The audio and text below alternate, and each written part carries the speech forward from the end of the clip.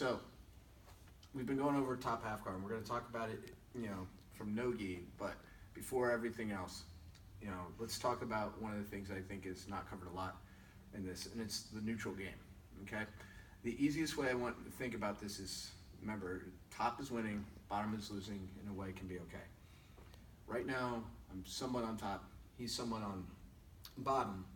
And we have this neutral zone kind of space. So I almost want you to think of it kind of like a old school fighting game, where when we first come in, there's distance between each other, and we want to be able to kind of determine, feel people out, and everything else. When we panic, we just spaz on buttons, and we expect stuff to happen, and more often than not, that's when we get punished and everything else. Really good people, at jiu-jitsu and martial arts and understands, we're going to understand this neutral game. And it's not always going to be a speed game. It's going to be somewhat of a zone game, and you want to kind of force stuff. And let's really talk about the neutral game here.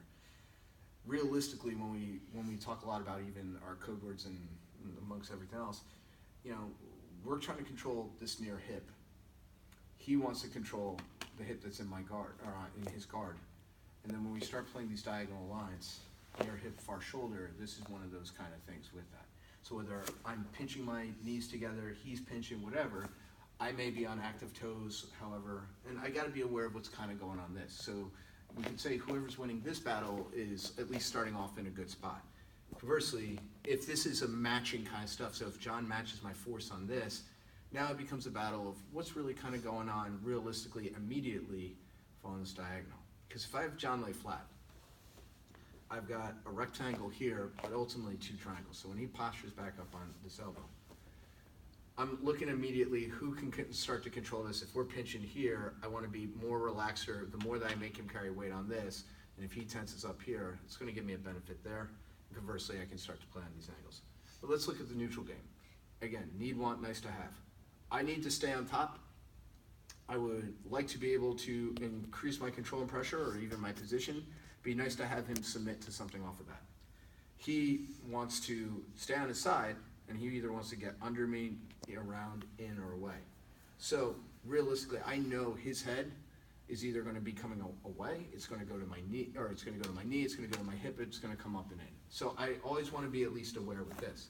So again, if I'm talking about that near hip, this hand can be down, it can be aware of what's going to go on. More often than not, he may be looking for, an underhook. Well, now, before we're even getting into this tight game, this is that neutral area. That's fine. You have your hand in it. It's fine for me. Because this is still space. We haven't both committed to something yet. I haven't committed towards a hard whizzer or a hard overhook. He hasn't committed to a deep underhook. I haven't committed to a deep underhook or on that same side. So we have all this space. It's not a matter for me to panic right now, but it's me to be able to kind of see, what's he trying to do right off the bat?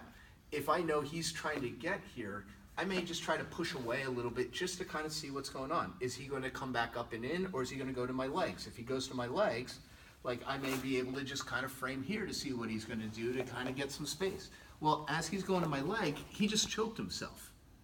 And that's what I want to be able to kind of go right off the bat in the neutral game is, I don't have to rush. So when we've joked for years about Trinikilo and staying at this, so I want to keep stuff in front of me. If I'm going to stay on top, I want to stay on top and somewhat asymmetrical.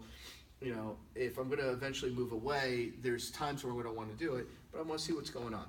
So right off the bat, I'm controlling that near hip. He's either going to probably try to be doing the same thing, and I'm aware of what's going on, and I'm appreciating what's kind of going on with this, this neutral space. He just kind of dove in. As he came in and he went for that, underhook, I'm already looking at a soft whizzer here. This soft whizzer, again, because we're both pinching kind of hard, he's really tight to me here. My left arm, if it comes to this side, Corey, all the way down, you got to come all the way to his hip. Come all the way, this side, all the way around, all the way around, all the way around. My left hand is just here being dead weight to kind of block.